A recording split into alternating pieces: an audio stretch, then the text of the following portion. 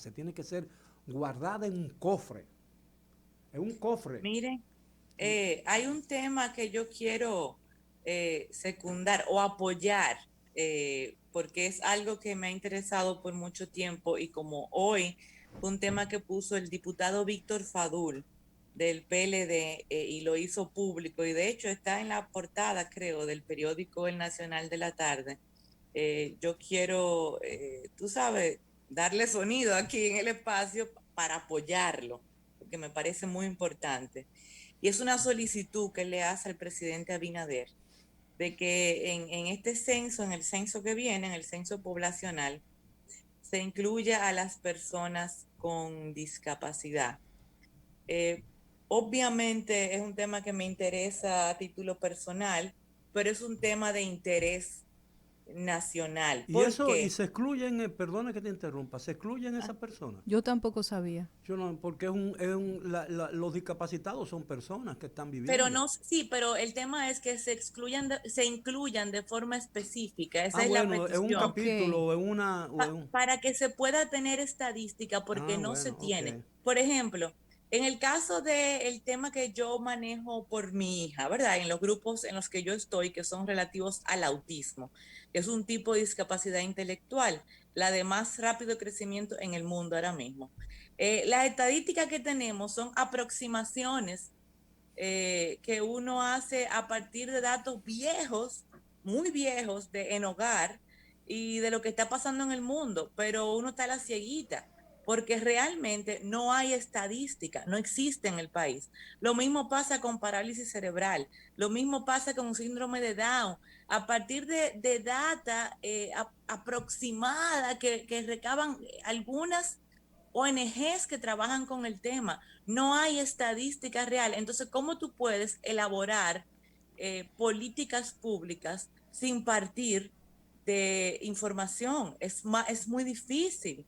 Por ejemplo, para tú trabajar con el kite, ¿cuántos kite hacen falta? ¿Cuántas horas deben dar de terapia? ¿Cómo estructurar el tema de los kite que trabajan con distintos tipos de discapacidad intelectual? Si tú no sabes cuántas personas, niños en este caso, porque es para lo que el CAI trabaja, cuánto tú tienes, más o menos, cuánto tú tienes en el país y de qué edad son y cuáles son los tipos de discapacidad que tienes, y tú no lo sabes, es muy difícil tú estructurar la política pública que debe seguir el CAI. Es muy difícil tú saber cuántos CAI hacen falta y dónde hacen falta. Entonces yo creo que esa propuesta que hizo Víctor Fadul es importantísima y debe ser apoyada sin mirar el hecho de que él sea de un partido. Eso no tiene colores, eso no es partidario, eso es de interés nacional y de importancia social, porque tiene que ver con un segmento muy vulnerable, un segmento poblacional probablemente el más vulnerable del país.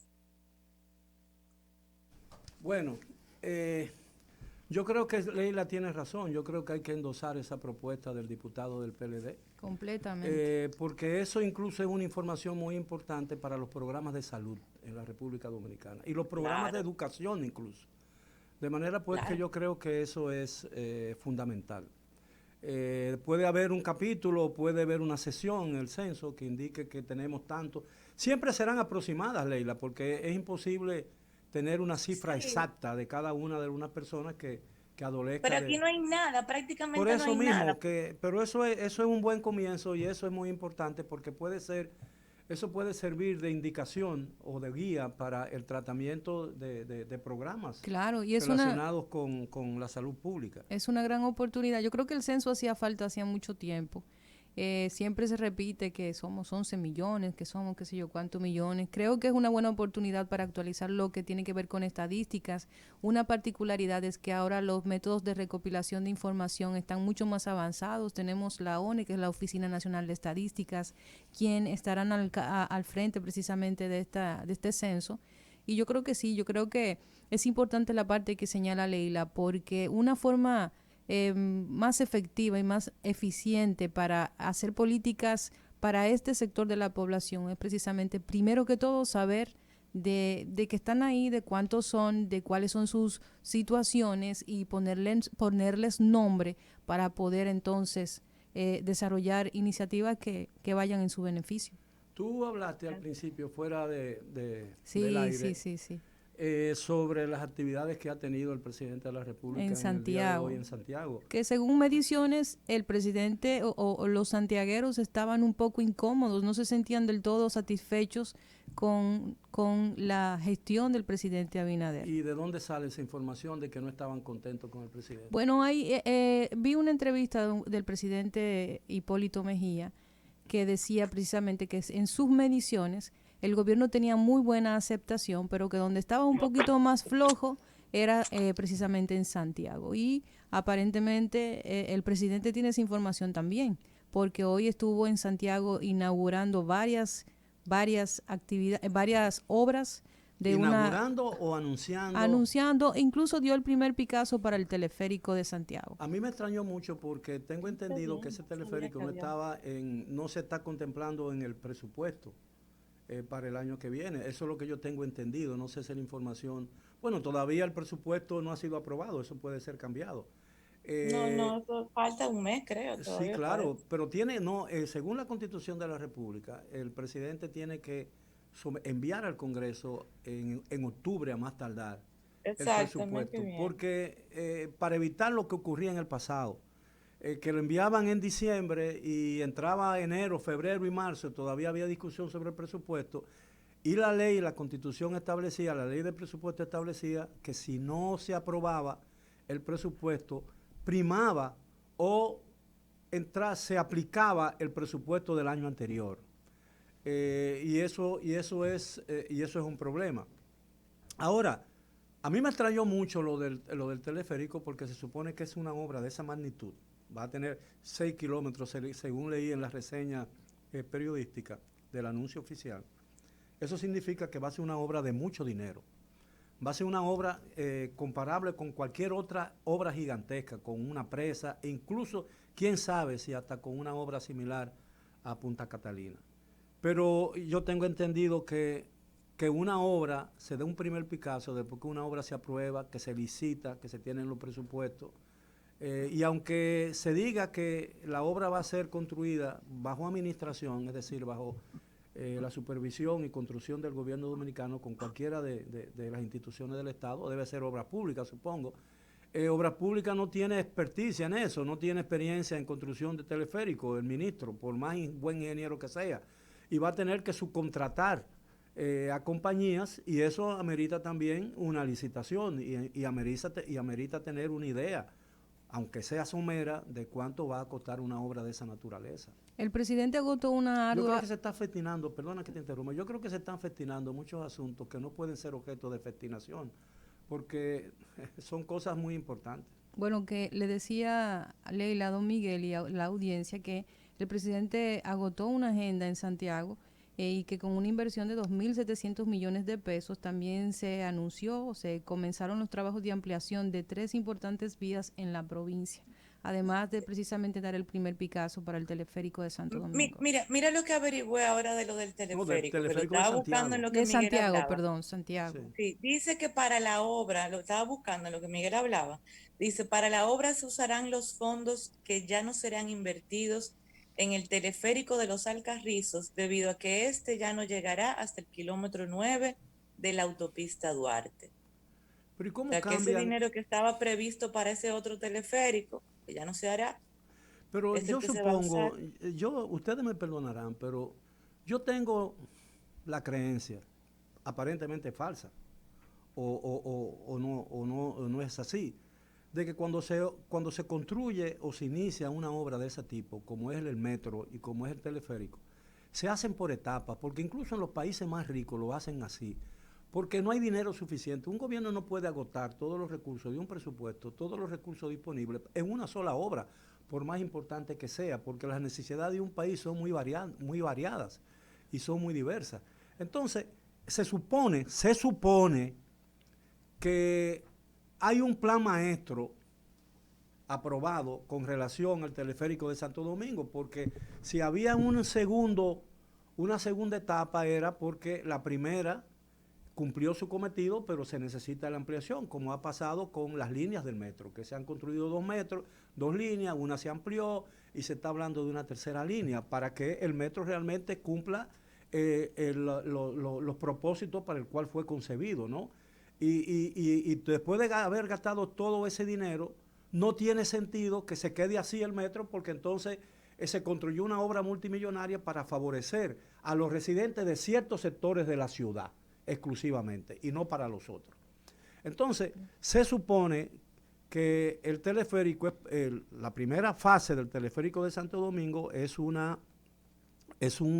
parte de un plan maestro. Entonces, como el presidente, aprobado por el Congreso, porque esos fondos fueron aprobados por el Congreso, como en vía administrativa el gobierno cambia todo ese plan y hace un plan maestro nuevo para llevarse un teleférico, una segunda fase que correspondía a una parte importante de la población marginada de la ciudad de Santo Domingo, para llevárselo a Santiago. No quiero decir con eso que Santiago no merezca un teleférico, merece 100 teleféricos. La institución que lo está haciendo no es específicamente obras públicas, sino URBE. ¿Sabe cuál es URBE? La Unidad Ejecutora de Readecuación de Barrio y Entorno. Imagínate. Entonces, se suponía que una de las cosas, oye, yo primera vez que oigo eso, digo, lo he oído, pero no le prestaba atención porque yo creía... de la nueva barquita. Sí, yo sé, pero se supone, con la creación del INVI como una ministerio de vivienda y llevarse todo OIC para allá, el gobierno está haciendo algo muy distinto a lo que prometió en campaña, es decir, que iba a reducir esos departamentos del gobierno que colidan entre sí, que se entorpecen el trabajo y que hacen exactamente lo mismo, que eso fue lo que se intentó aparentemente con no mucho éxito en Intran, porque en Intran no está dando los resultados que se apetecieron cuando se fundó. Entonces ahora Urbe va a hacer lo mismo que hace obra pública y que hace vivienda. Yo no entiendo esto, realmente me hace falta que alguien me lo explique y que me lo expliquen bien, porque yo he estado hablando de que hace falta un buen relato para vender las cosas buenas que pudiera estar haciendo el gobierno. Y yo creo que hay cosas muy buenas que está haciendo el gobierno, pero no han sido explicadas bien. Y la gente muy escéptica, porque ha sido engañada tantas veces a lo largo de nuestra historia republicana, que la gente no confía mucho en lo que le dice el gobierno. Bueno, yo quiero que ustedes me permitan referirme a otro tema que fue noticia básicamente ayer, pero que ha repercutido precisamente todo el día de hoy.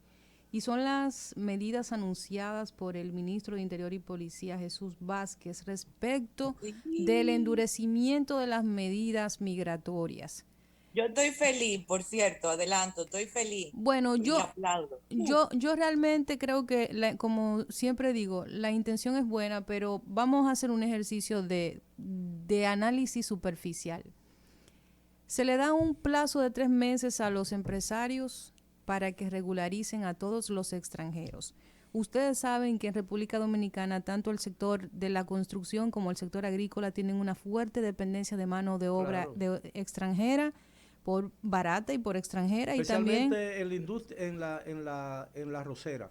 Sí, pero más que en la industria de la caña, que en la industria del azúcar. Pero permea todo el sector agrícola. Se habla de hasta un 80%. Café y arroz. Igual situación sucede con el sector de construcción. Entonces, la pregunta es, ¿cómo piensan hacer los empresarios o cómo piensa precisamente Interior y Policía o el Consejo de Migración que estos empresarios van a poder regularizar a todos estos extranjeros, cuando la principal situación que siempre se ha dado con el tema de la regularización es la falta de documentos de muchas de estas personas? Ellos tienen que cumplir con el procedimiento y los requisitos que están establecidos para esos fines en la ley y en el reglamento. Aquí hay una ley, exacto, hay una ley, un reglamento de hace muchísimo tiempo. De 80 contra 80 y 80 y 20. Y no sin la hablar. ley es del 2004 y el reglamento de aplicación es del año 2011. El reglamento no es tan viejo. Señores, pero es que eso no es, creo que no es ni siquiera alcanzable. ¿Cómo van a ser los empresarios en el caso del tema de la construcción? Que muchas veces también utilizan mano de obra barata porque no tienen que asumir compromisos sociales como seguridad social. Entonces, ¿cómo? Es una doble violación de la ley, entonces utilizan más empleados. De la ley de migración y la del Código de Trabajo también. Claro, utilizan más extranjeros ilegales de lo que la ley les permite. Y entonces lo hacen con el propósito de evadir sus obligaciones con la seguridad social. Entonces, ¿Quién va a fiscalizar ese proceso? ¿A través de qué? ¿Van a dar una venia? ¿Van a dar facilidades? Uno se pone a pensar cómo lo van a lograr o cómo piensan lograrlo. Esa situación ha estado ahí desde hace muchísimo tiempo. La ley no hace falta, el reglamento tampoco. Sin embargo, todos los gobiernos que han pasado por ahí se han hecho de la vista gorda con el tema de la construcción. Hay grandes empresarios vinculados a la construcción que cuando uno va y ve en el mismo lugar donde se está haciendo cualquier obra, uno ve que ni siquiera es un 80-20, es un 90-10. Sí. Sin hablar del tema de la migración. Al revés. Exacto. Sin hablar del tema de la migración venezolana, que también se ha convertido en un tema interesante para las empresas privadas, contratar un alto nivel, un alto grupo los indocumentados, bueno, yo no quiero decirle que son ilegales porque entran con visado dominicano. Lo que pasa es que se quedan después muchos de ellos por la situación que hay en Venezuela, se quedan aquí más del tiempo, pero los venezolanos no entran aquí clandestinamente. Entran, bueno, sí, los venezolanos no. Y tienen papeles. Sí. Que pueden regularizarse. Papeles. Y son gente, mira, el problema, yo quiero, porque sobre Haití hay muchas cosas que obnubilan la mente, y yo quiero explicar ese asunto. Mira, la República Dominicana, me voy a tomar unos minutos, la República Dominicana sigue siendo injustamente acusada de practicar políticas estatales, políticas oficiales discriminatorias por el supuesto maltrato de los haitianos. Yo no voy a entrar en discusión sobre eso, porque lo fundamental es que tenemos una inmigración ilegal creciente, masiva, que desborda la capacidad nacional para absorberla. Eso es una realidad. Y el país no ha sabido explicarlo bien en la comunidad internacional y ha eludido esa discusión. Señores, todos los países del mundo que han estado incluyendo, promoviendo por razones sociales y económicas la migración, por ejemplo, en Europa y en los propios Estados Unidos, han llegado a un momento que se han dicho, a esto hay que ponerle número, porque realmente hay un desplazamiento de mano de obra dominicana, afecta el salario, empobrece el salario, crea problemas de mendicidad, empobrece los servicios públicos, como es el caso de salud pública, todo el mundo lo sabemos. Entonces el gobierno no puede quedar de mano cruzada, el gobierno que sea el de Luis Abinader, sea el de Medina, sea el de Leonel Fernández, o sea el de Margarita, el que venga, tiene que atenderlo. Ahora hay otra cosa, que es lo que yo quiero insistir. Nosotros tenemos que tener mucho cuidado con el tema haitiano. Y yo le doy toda la razón, porque yo promuevo eso, de que el problema haitiano es un problema de los haitianos, no es un problema dominicano. Y quien tiene que resolverlo son los haitianos, no la comunidad internacional. La comunidad internacional puede meter su mano, puede darle un empujón, puede servir de escalera, todo lo que quiere. Pero si todo lo dejamos a que la comunidad internacional se haga cargo, es casi en una dimensión mayor que si pretendemos que sea la República Dominicana que lo haga. Los haitianos tienen que resolver su problema, porque si lo ayuda internacional, si se obtiene una ayuda internacional permanentemente, vamos a estar viviendo la misma situación por los siglos de los siglos. Y eso es una realidad. Ahora bien, lo que sí es un problema nacional es el problema de la inmigración ilegal. Y ese es un problema que es un problema nacional, pero no tiene solución unilateral. Porque por más cosas, podemos construir 15 ¿cómo se llama? Muros. Uno en Dajabón, 15 metros después, otro muro, y el último muro en Santiago. Se van a colar como quiera. Y los españoles lo saben. Melissa, en el Sahara occidental. Entonces, el problema que nosotros tenemos es que la discusión y la solución del problema, y si no lo entendemos así, vamos a vivir por ello secular seculorum. La solución del problema de la inmigración ilegal es bilateral y tiene que ser por la vía diplomática. Construyamos muros, el muro económico, el muro físico y todo eso está bien. Eso es un aporte tremendo. Pero si no nos sentamos con el gobierno que sea, bueno, ahora mismo no podemos sentarnos porque en Haití no hay gobierno, ese es el problema.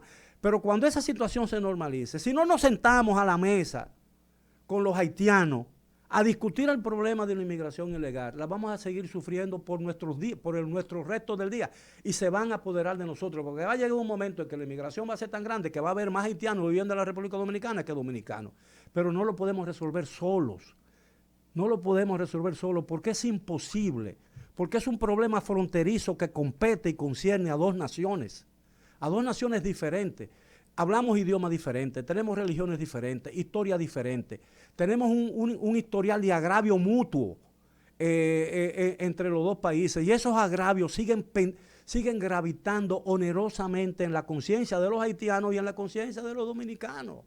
Eso es una realidad innegable, no podemos obviarla. Entonces tenemos que hacer un esfuerzo de entendimiento, porque la única posibilidad, señores, la única posibilidad, y yo digo, lo único con lo cual nosotros ganaremos algo es promoviendo una frontera de buena vecindad, porque nos guste o no nos guste, Haití es el segundo mercado de la República Dominicana. Pero yo creo que precisamente en ese sentido fue que el presidente Luis Abinader ante la ONU, yo estoy de acuerdo con muchas de las medidas que él ha tomado. Por eso digo yo que falta un buen relato, porque no han sabido explicarlo bien y la gente se confunde. Eso dicen los pro-haitianos, como le llaman muchos, ¿no? Yo no uso esa palabra. Que el presidente está violando los derechos humanos. Los otros dicen que el presidente es pro-haitiano. Señores, vamos a sentarnos en la mesa y vamos a usar el cerebro. Vamos a usar el cerebro para resolver nuestros problemas, porque hemos demostrado que el puño no hace y no consigue. Por más duro que golpee, el puño no consigue lo que se consigue con el cerebro. ¿Entiendes? Yo creo que el hecho que el presidente... Yo espero no estar equivocado, y si estoy equivocado, lo admito, porque yo nunca he tenido la razón, ni creo que la tenga nunca. Yo creo que con la discusión sana y con una conversación, yo puedo... A mí me han demostrado muchas veces, todas las veces que yo me he equivocado, y yo lo he admitido. Yo creo, como le decía a Leila y don Miguel, creo que y escúcheme si yo me alteré un poco en esta discusión, porque el tema haitiano también induce a eso. Hay demasiada pasión en el ambiente y uno a veces le resulta muy difícil sustraerse de esos sentimientos que no nos hacen mucho bien. Esta es una sociedad cristiana, señores, esta es una sociedad creada. La bandera tiene un escudo con una cruz. Y antes que la palabra patria y libertad está la palabra Dios. Entonces esta es una república cristiana. Y los valores cristianos tienen que ser parte fundamental de la vida nacional. Entonces no podemos echar a rodar todo eso. Yo creo que el tema haitiano siempre será importante, porque es algo que no nos despinta a nadie, como dicen por ahí. Pero considero que el hecho que el presidente Luis Abinader lo haya llevado como uno de sus temas principales el discurso ante la ONU, creo que es muestra de lo pendiente que él está del tema y de lo importante que es para su gobierno. Creo que el hecho de que le haya llamado la atención a la comunidad internacional es positivo, justo en un momento en donde la comunidad internacional estaba en una reunión, todo el mundo discutiendo acerca de temas como estos, y uno de los principales países que siempre ha estado presente en el tema haitiano en República Dominicana, que ha presionado y que, como dicen en buen dominicano, que nos ha calentado con la comunidad internacional, que es Estados Unidos, pues estaba precisamente haciendo uso de su derecho para sacar a los migrantes haitianos de su territorio a su forma. Creo que en ese sentido, no sé si a algún dominicano le quede dudas al respecto, pero yo creo que sí, creo que el gobierno tiene muy pendiente que el tema haitiano no tiene solución en República Dominicana. O sea, no es la República Dominicana quien tiene que buscar una solución al tema haitiano. Por supuesto, lo que dijo el presidente Abinader en la Asamblea de la ONU. Otra cosa, Olga, y lo que yo digo, tema, que el problema, la solución no puede venir de fuera. Tiene que venir, los haitianos tienen que resolver sus problemas. Sí. Claro, otra cosa aparte del tema laboral que no mencionamos, que me pareció muy importante, de las medidas que anunció Chu Vázquez, el ministro de Interior y Policía, sí, es el asunto de las parturientas. Como dijo Damián Aria, palabrita fea, pero bueno, es la palabra que se usa. Bueno, las Eh, señoras que- que están esperando. exacto, mujeres en gestación, que está en la ley, pero bueno, sabemos que aquí eso tampoco se cumple, ¿verdad? Bueno, los Y es Estados el Unidos hecho de... no Ajá, pueden, yo en eso no lo objeto, perdóname, Leila, ujú, porque sí. en los Estados Unidos tú sabes que una mujer, si tiene cierto tiempo ya de embarazo, no puede ir a los Estados Unidos a parir. Hay muchas que van a parir, Exactamente, allá no se puede después allá de no se cierto tiempo y puede, es aquí decir, tampoco por ley, solo claro. que la ley no se cumple. Entonces no es que aquí, no es que él anunció medidas nuevas, él anunció la disposición de cumplir cosas que están en la ley, ¿entiendes? Que durante muchos años no se han cumplido porque eso está en la ley. Eh, y es el hecho de que cuando se haya comprobado la gestación igual o posterior a los 6 meses, esa persona no puede venir a parir aquí, hay que devolverla, ¿Y tú no puede crees, venir a parir aquí. Leila, tú crees como conocimiento que tienes, o bueno, no conocimiento, que eres abogada, ¿tú crees que eso sea posible en 3 meses, sanear todo el sistema laboral de toda la mano de obra extranjera? ¿Podría tener algún impacto económico en áreas, por ejemplo, como la agricultura, que es dependiente de esa área, y que mucho se ha hablado acerca de que no existen los incentivos suficientes en materia de salario para que los dominicanos se interesen por ese tipo de plazas de trabajo? Mira, yo no sé si va a ser posible, tú sabes que economista no soy, yo lo que soy es abogada, yo lo que voy a bailar es por el cumplimiento de la ley, porque esa es mi área, ¿entiendes? Lo que me parece bien es que se anuncie exigir el cumplimiento de la ley, eso sí me parece bien, ¿Y porque tú crees que no se después de puede los tres perpetuar la meses, ilegalidad. tú crees que de los 3 meses va a haber sanciones? Mira, los plazos Yo espero rígidos. que la haya, yo espero que la haya, porque si no es perpetuar la ilegalidad, porque lo cierto es que en ese tema estamos en una situación de ilegalidad, no solamente de la Ley General de Migración, sino también del Código de Trabajo, los artículos 135 al artículo 140 del Código de Trabajo, en un constante estado de ilegalidad con ese tema específicamente, Mira, principalmente por mano de obra haitiana, pero se trata de extranjeros en general, porque eso es lo que dice el código y la ley de migración. mira, yo creo que la rigidez en los plazos crean camisas de fuerza. Es que han tenido plazos de No, muchos no, no, no, gobiernos, don claro, Miguel, ¿eh? fíjate que incluso algunas leyes vienen provistas de una vacación. Es decir, se aprueba una ley, pero se entra en vigencia, por ejemplo, dentro de 4 o 5 meses, para darle tiempo a las personas que van a ser afectadas, positiva o negativamente con esa ley, a prepararse para ella. Incluso al Estado dominicano en la aplicación de las leyes muchas veces se requiere tiempo extensamente largo. Yo no sé si ese plazo de 3 meses, va a ser muy difícil que se cumpla, pero no puede ser una cosa indefinida. Yo creo que puede ser gradual. El gobierno tiene que ser también tolerante en este asunto, porque tú no puedes obligar, porque si tú me pones a mí, por ejemplo, una industria de la construcción, un edificio de esos grandes que están haciendo aquí, dice tiene que ser 3 meses para tú salir de todos esos empleados, probablemente te va a costar mucho dinero, paralización de la A obra, eso me va a refiero. afectar muchas cosas.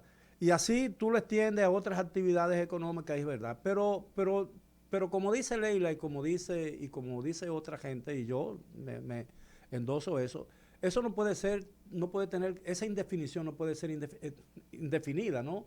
En algún momento tiene que decirle, tiene que hacerlo. Una vez Balaguer emitió un decreto dando 2 años para el traslado de todas las fábricas y todas las instalaciones que estaban dentro del área urbana de la ciudad de Santo Domingo. Y no se trasladó ninguna. Y era un gobierno fuerte, porque el gobierno de Balaguer era un gobierno fuerte, era un gobierno autoritario, una democracia autoritaria. Es decir, cuando las cosas, cuando el gobierno de Balaguer se proponía algo, lo conseguía. Y muchas veces no con métodos ortodoxos, sino todo el mundo sabe cómo se lograba. No estoy justificando eso, por supuesto, pero hay veces que las cosas tienen que hacerse por las buenas, bueno, no me dé otra opción, tú dirías. Pero no creo que en 3 meses, como tú dices, se pueda lograr eso, pero hay que trabajar en eso. Eh, Mira, hay ingenieros, yo he hablado con ingenieros, mi hermano que murió a comienzos de año, era ingeniero civil y era un gran constructor, era un matemático, tiene hasta libros, editó libros de matemática y era profesor universitario. Él decía que el problema del abuso de mano de obra haitiana inexperta en materia de construcción afectaba a las construcciones dominicanas porque muchas veces por la dificultad en el entendimiento entre el maestro constructor y el asunto, a veces la mezcla de cemento con arena y agua no era la adecuada y eso pone en peligro una construcción, ¿entiendes? Y así lo mismo, un mal corte de la caña. Yo sé lo que es eso, yo no fui picador de caña, pero trabajé en la industria como fue director de Inazúcar. Entonces yo sé que un mal corte de una caña afecta a la caña y le quita rendimiento a la caña. Entonces, las cosas tienen que hacerse bien para que funcione. Pero yo creo que la iniciativa es saludable y tiene un buen sentido y tiene un propósito sano, un propósito que cuando se cumpla va a mejorar la situación y va a ser buena para el gobierno. Yo creo que, como dice don Miguel, el propósito de la iniciativa en sí es buena, pero creo que es poco probable que se llegue a materializar por numerosas razones. Pero la más importante es, recuerden lo del plan de regularización que se comenzó aquí hace ya un tiempo, que se trató precisamente de regularizar una gran cantidad de haitianos que ya vivían aquí en República Dominicana. Y una de las principales razones por las que no se pudo avanzar más en ese tema es por la falta de documentación de los que ya están aquí. No tienen documentación muchos de ellos. E incluso cuando se habló con las autoridades haitianas, el proceso para dotar de documentación a ese grupo de personas era sumamente complejo. Entonces, no falta creo. de colaboración de ellos, falta Sí. de colaboración del gobierno de Haití, porque hubo en realidad. Entonces, yo creo que tenemos un gran reto por delante. Por otro lado, veo que si una disposición de esa naturaleza llega a darse, pues se abrirían muchas plazas de trabajo. El punto es si existe la población dominicana que esté interesado en este tipo de trabajos, porque existe una cultura en el dominicano de que esos trabajos pagan poco, porque se ha creado ya este círculo vicioso entre personas que necesitan trabajo rápido, que dan sus servicios de forma económica, o sea, mano de obra barata, y empresarios que asumen esa mano de obra barata. Y hay algunos dominicanos, una gran cantidad de ellos más bien, que no está dispuesto a hacer ese mismo trabajo por el mismo precio. Tal vez eso en alguna forma, si se llega a dar, y no creo que sea en 3 meses, pueda incentivar que algunos dominicanos tengan opciones de trabajo, pero también puede Y más obligar. ahora post pandemia, Olga, porque Sí, post pandemia hay mucha gente buscando trabajo, aún quizá trabajo que antes de la pandemia no estaban dispuestos a hacer, tú no, y sabes, yo me he dado puede cuenta. generar un movimiento del mercado laboral en el que se obligue a que se pague un precio más justo por este tipo de servicios relacionados a empresas de Claro. construcción y del sector agrícola. Si se pagara bien lo que realmente se debe pagar en la industria de la construcción, más dominicanos trabajaran en ella. Eso es una realidad. Aquí hay mucha gente vendiendo billetes en la calle y haciendo, ¿cómo se llama? Cuidando carros en restaurantes, autónomamente, porque no ni siquiera corren un riesgo de que te lleven el carro, porque Claro. el negocio no sabe que ese tipo está ahí. Hay No, gente que te robándole votean mi patrón, mi papá, cuando tú Sí, sí, sales. exactamente. Ahora, los plazos inteligentes son plazos flexibles.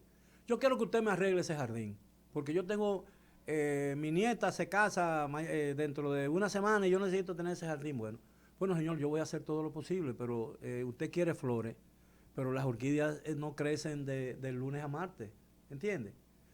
Te molesta el frío y quiere que llegue la primavera en enero. Bueno, pues tiene que esperar a marzo.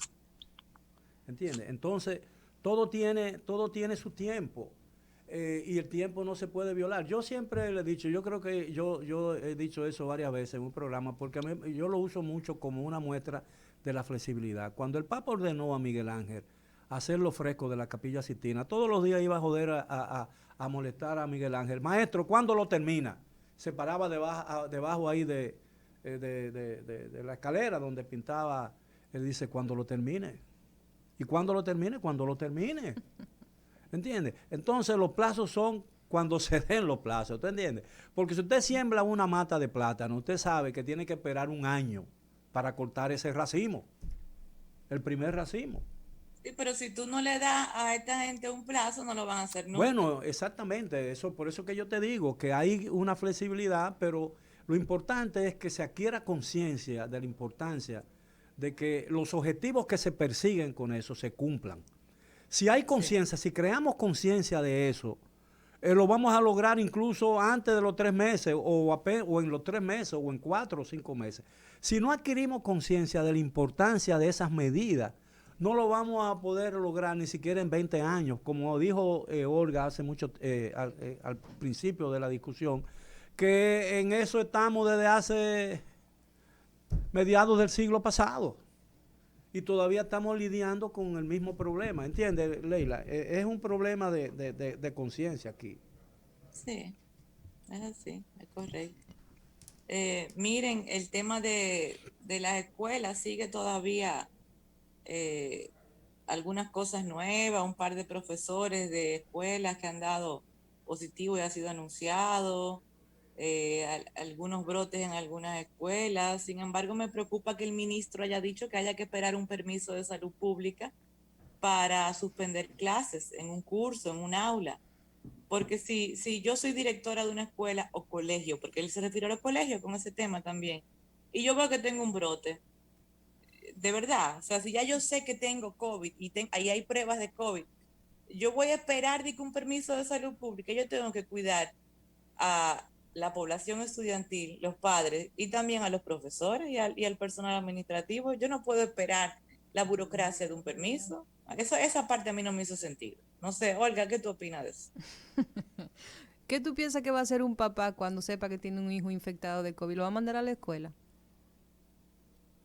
No, ¿verdad? No, o sea, No, o no el sea, suyo, sino que en el aula de su o hijo que se hay sepa, COVID. por eso digo, yo entiendo que se está trabajando para salvar el año escolar a como dé lugar, y uno entiende y uno se pone en posición de las autoridades. Fue un verdadero reto el tema de la virtualidad, todavía lo es, pero la verdad es que se deben tomar medidas. Yo vi que ayer se anunció que solamente se iba a recibir a estudiantes 2 veces a la semana. De hecho, ya yo que tengo hijos en edad escolar, fue una disposición que bajaron también en donde ellos estudian, por el hecho precisamente de que ya están poniendo la barba en remojo con el tema de los brotes que se están dando en el tema de las escuelas. Vi que anunciaron que van a llevar vacunación a las escuelas también, vi que eso lo anunció la vicepresidenta. Amén de eso, una decisión de vacuna debe estar un padre presente, porque no creo que un profesor deba tomar una decisión de ese nivel. Y que Entonces, están discutiendo lo de los menores de 12, o sea, de 5 a 12. Lo exactamente. están Entonces, discutiendo. No lo han decidido, pero lo están discutiendo. a mí tampoco me hace sentido. Yo, y repito, yo creo que se está trabajando para salvar el año escolar presencial, pero tiene que analizarse, porque si no hay condiciones, si comienzan los brotes, yo creo que lo más prudente es de inmediato establecer un protocolo para el cierre, y que mandar a esos muchachos a su casa hasta que se investigue si todo puede volver a la normalidad, pero no arriesgarse, porque estamos hablando de niños. Estamos hablando de niños. Entonces yo creo que debe simplemente las autoridades, mire, este es el protocolo. Si se identifica que hay una persona positiva de COVID aquí, lo que hay que hacer es simplemente mandar a esos muchachos para su casa y vamos a ver cómo resolvemos el problema de esa escuela. Donde no hayan, simplemente se sigue con la educación, pero no así, no diga que esperar un permiso de salud pública para entonces actuar. Es Sí, lo que así yo es. pienso. Así es. Así es. Miguel.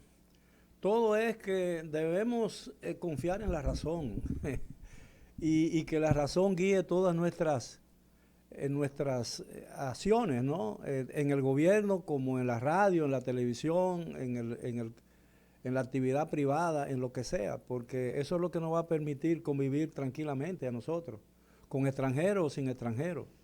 La buena vecindad, yo siempre lo he dicho, y cuando yo digo la buena vecindad, porque yo he visto incluso programas como este que la gente se pelea y se dicen cosas que se supone que no deben decirse Y eso no es para por rating, la eso no es para radio. rating. Bueno, sí, el rating le está haciendo mucho daño a la Ah. seriedad del periodismo dominicano. Señores, hay un concurso y yo no me he enterado ¿Concurso? ¿De qué? de declaraciones desafortunadas. Bueno, yo he visto, ¿Y qué fue lo que le dio a Antonio Marte? Antonio, Marte. bueno, él, Y es que hay algo regado aquí en el aire, que la gente lo está...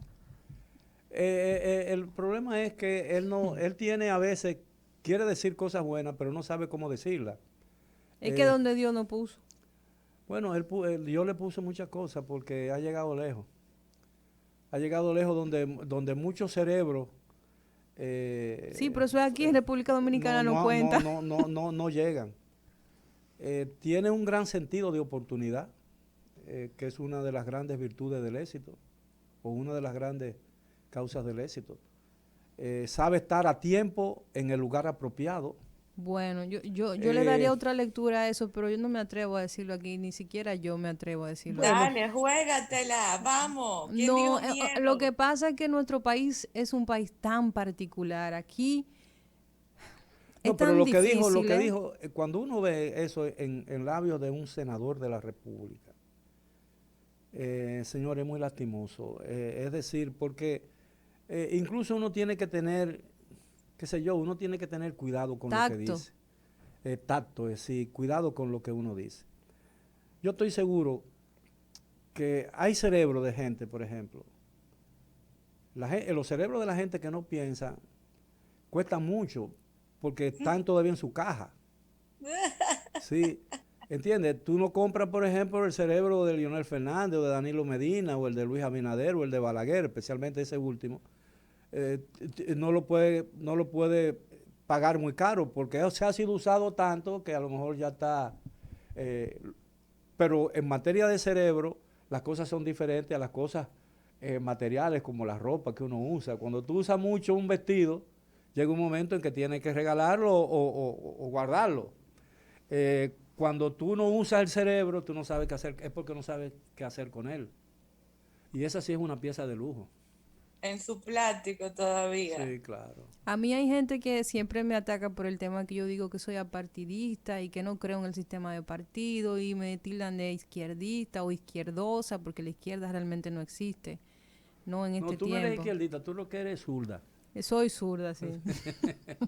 Tú eres zurda, de verdad. O sea, tú No, escribes con la yo escribo izquierda. con las dos manos y bateo también, porque bateo mucho y ¿En juego vitilla. serio? Sí, juego vitilla también.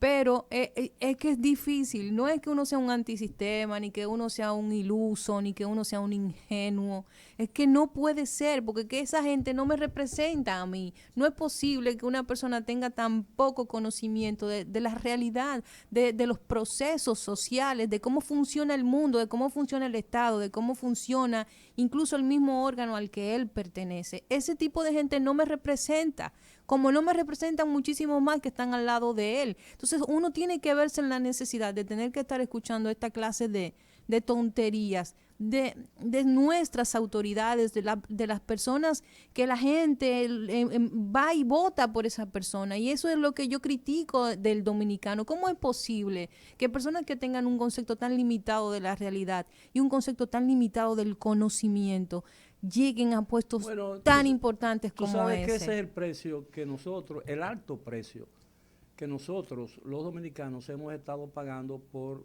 la democracia que practicamos. Por eso yo he dicho siempre que hubo un tiempo, cuando nacimos a la democracia, que el voto era de una importancia fundamental y era una obligación moral votar. Pero con el tiempo y la experiencia que hemos sufrido o hemos disfrutado con nuestra democracia, el voto adquirió valor. Y hay que darle valor a ese voto. El voto se ha No, prostituido. pero tiene valor el voto, precisamente por eso, porque se prostituyó. Pero mi voto tiene valor. El tuyo debe tener valor. El de Leila seguro que tiene valor. el de Israel, el de Vladimir y el de mucha gente, digo de Valentín, perdón, que tiene valor. Por eso yo he dicho que bajo determinadas circunstancias, la abstención electoral es un voto de conciencia. Porque el problema es que yo creo que la Constitución Dominicana no dice que el voto es obligatorio. No. Entonces tú no estás obligado a votar. A veces hay confusión de que es un deber y es un derecho, pero si es un derecho tú puedes hacer uso discrecional de un derecho, ¿entiendes? Yo tengo libertad de tránsito, es un derecho mío, pero yo me quiero quedar en mi casa. Problema suyo. Me quedo en mi casa. Es decir, por ejemplo, el derecho de asociación, consagrado por la Constitución, pero el derecho de asociación implica el derecho a no asociarse. No, yo tengo derecho a pertenecer a un partido político, pero también tengo derecho a no pertenecer a ningún partido político. Yo tengo derecho a votar, pero yo tengo derecho a usar discrecionalmente ese derecho, el voto. Sí. Entonces tú me dices, estos son los 3 candidatos a la presidencia que hay. Un ejemplo, un partido me ofrece uno, el otro y el tercero el otro. Ninguno de esos llena el perfil o tiene el perfil que yo entiendo que debe tener un presidente de la República. ¿Por qué entonces yo voy a votar por uno de esos 3? ¿Para qué? ¿Para seguir padeciendo la experiencia que hemos padecido durante toda nuestra vida republicana? No, yo me quedo en mi casa. ¿Entiendes? Bueno, señores, ya llegamos al final. Mañana será otro día aquí en Rumbo de la Tarde. A las 4 de la tarde sintonicen este programa. Mientras tanto, por hoy nos despedimos. Gracias por escucharnos. Sigan con la programación de Rumba y pasen un muy feliz resto del día. Hasta mañana. Donde surge la noticia, donde hay más variedad, la propuesta